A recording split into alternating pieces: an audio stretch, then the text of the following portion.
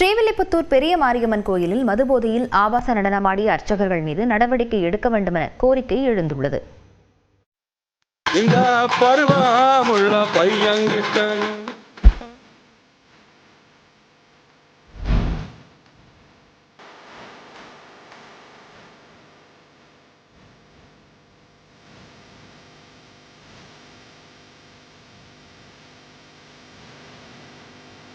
கோவிலின் புனிதத்தை நொடிப்பொழுதில் சுக்கு நூறாக்கி காண்போரை முகம் சுடிக்க வைத்துள்ளனர் இந்த ஸ்ரீவில்லிபுத்தூர் அர்ச்சகர்கள். ஸ்ரீவில்லிபுத்தூர் மதுரை தேசிய நெடுஞ்சாலையில் பழமை வாய்ந்த பெரிய மாரியம்மன் கோவில் உள்ளது.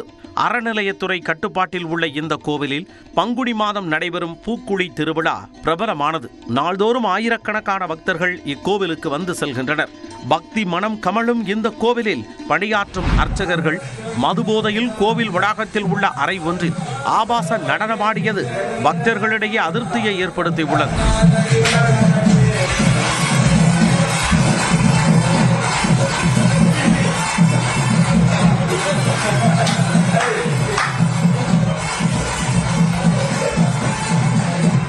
மேலும் கோவிலுக்கு வரும் பெண்களிடம் விபூதி அடித்து விளையாடுவது பக்தர்கள் மத்தியில் பேரதிர்ச்சியை உண்டாக்கியுள்ளது.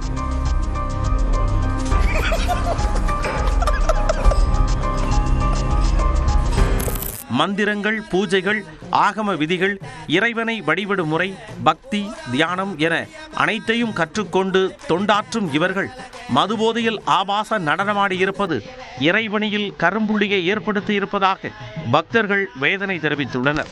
சம்பந்தப்பட்டவர்கள் மீது அறநிலையத்துறை நடவடிக்கை எடுக்க வேண்டும் எனவும் கோரிக்கை விடுத்துள்ளனர்.